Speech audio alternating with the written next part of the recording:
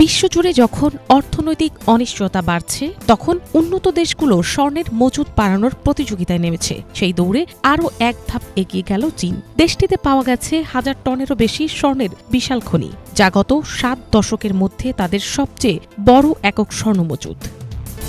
চীনের সরকারি তথ্য অনুযায়ী এটি 1949 সালের পর দেশের সবচেয়ে বড় সোনার মজুত। শুধু গত 1 বছরেই দেশটিতে 3টি নতুন স্বর্ণখনি আবিষ্কার হয়েছে, তবে এদের মধ্যে লিয়াওনিং প্রদেশের এই খনিটি সবচেয়ে বড়।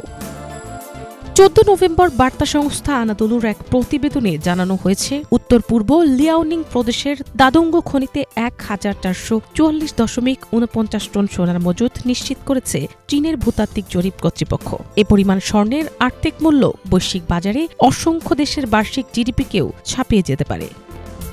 রাষ্ট্রীয় গণমাধ্যম গ্লোবাল টাইমস জানিয়েছে, খনিটির অর্থনৈতিক সক্ষমতার পরীক্ষা নিরীক্ষা সম্পন্ন হয়েছে, ফলে এটি এখন সম্পূর্ণভাবে উন্নয়ন এবং স্বর্ণ উত্তোলনের জন্য প্রস্তুত। এটিকে অতি বৃহৎ উন্মুক্ত খনি হিসেবেও তালিকাভুক্ত করা হয়েছে, যা ভবিষ্যৎ শিল্পায়ন পরিকল্পনায় গুরুত্বপূর্ণ ভূমিকা রাখবে।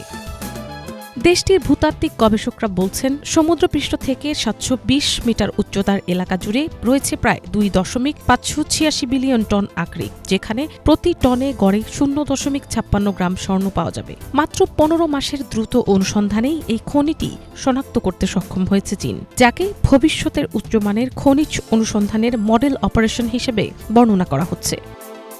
মিনালা দিবা, বাংলাভিশন নিউজ ডেস্ক।